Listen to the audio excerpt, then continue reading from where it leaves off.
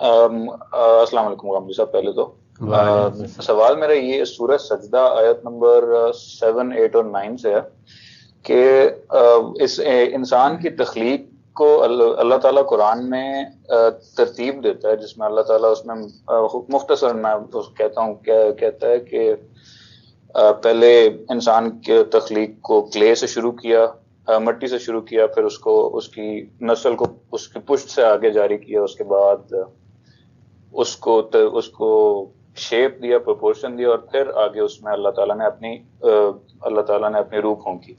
تو اب میرا سوال یہ ہے کہ اس سے تو اشارہ ہوتا ہے کہ اس سے تو اللہ تعالیٰ ارتقاء کی طرف اشارہ کر رہا ہے. تو جو ہمارے کنٹمپریری اسکالرز ہیں وہ اس ایوولوشن کے آئیڈیا کو ٹوٹلی ریجیکٹ کیوں کر دیتے ہیں؟ اس میں میں آپ کی رائے جاننا چاہتا ہوں. جواب میں لائیو سیشن پہ یوٹیوب پہ سن لوں گا. جی بہت شکریہ. میری تفسیر نکال کے البیان میں آپ ان آیات کی شرح پڑھ لیجئے. میں نے بہت وضاحت سے بتا دیا ہے کہ اللہ تعالیٰ نے ہمیں یہاں جو کچھ علم دیا ہے، جو قرآن مجید کے الفاظ سے بالکل واضح طور پر نکلتا ہے، وہ کیا ہے. اس میں نے بتایا ہے کہ پہلی چیز اللہ تعالیٰ نے یہ بتائی ہے کہ بدا خلق الانسان من طین، اور دوسری جگہ اس جملے کی وضاحت کی ہے کہ ہم نے یہ جو مٹی اور یہ جو کیچڑ تم دیکھتے ہو دریاؤں کے کنارے یا سمندروں کے کنارے، اس کے اندر سے محض سمجھانے کے لیے عرض کر رہا ہوں کیونکہ قرآن نے دونوں جگہ لفظ ایک ہی اختیار کیا ہے، ایک سلالہ، ایک ست، ایک جوہر یا ایک نطفہ بنایا، اور یہ اسی کیچڑ میں بنا.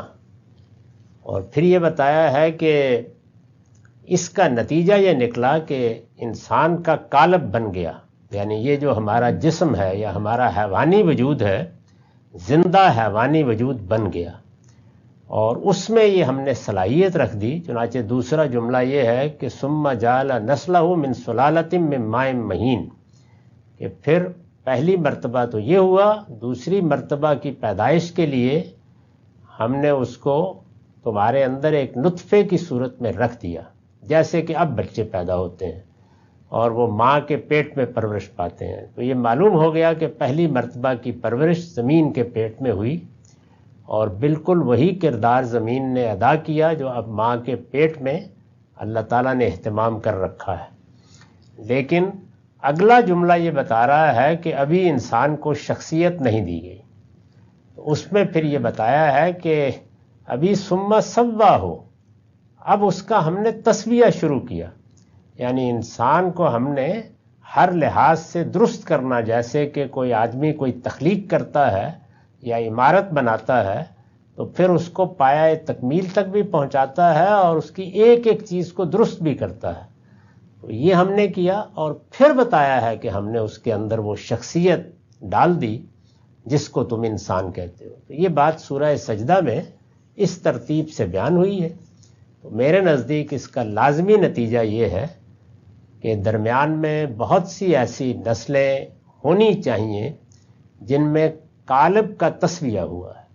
اتنی بات قرآن نے واضح کر دی. چنانچہ ان کے گزرنے کے بعد پھر انتخاب کر کے اللہ تعالیٰ نے یہ نفس یا شخصیت انسان کے اندر ودیت کی ہے. اب بھی وہی پروسیس اختیار کیا جاتا ہے. پہلے 120 دن میں انسان کا قالب تیار ہوتا ہے ماں کے پیٹ میں، اور جب وہ قالب یا اس کا حیوانی وجود پائے تکمیل کو پہنچ جاتا ہے، ابھی وہ حیوان ہے، انسان نہیں بنا، اس کے بعد اس کو انسانی شخصیت دی جاتی ہے. وہ شخصیت جو شعور لے کر آتی ہے، خیر و شر کا شعور، اور اپنے آپ کو اس مقام پر رکھتی ہے جس کو ہم انسان سے تعبیر کرتے ہیں. یہ بات قرآن مجید نے واضح کر دی ہے. اس کے نتیجے میں انسان کے بارے میں یہ معلوم ہو جاتا ہے کہ اس کے حیوانی وجود کی تخلیق مختلف مراحل سے گزری ہے، لیکن کیا وہ مراحل ابتداً کچھ دوسرے حیوانات کے ہاں ہوئے؟ قرآن اس کی تائید نہیں کرتا.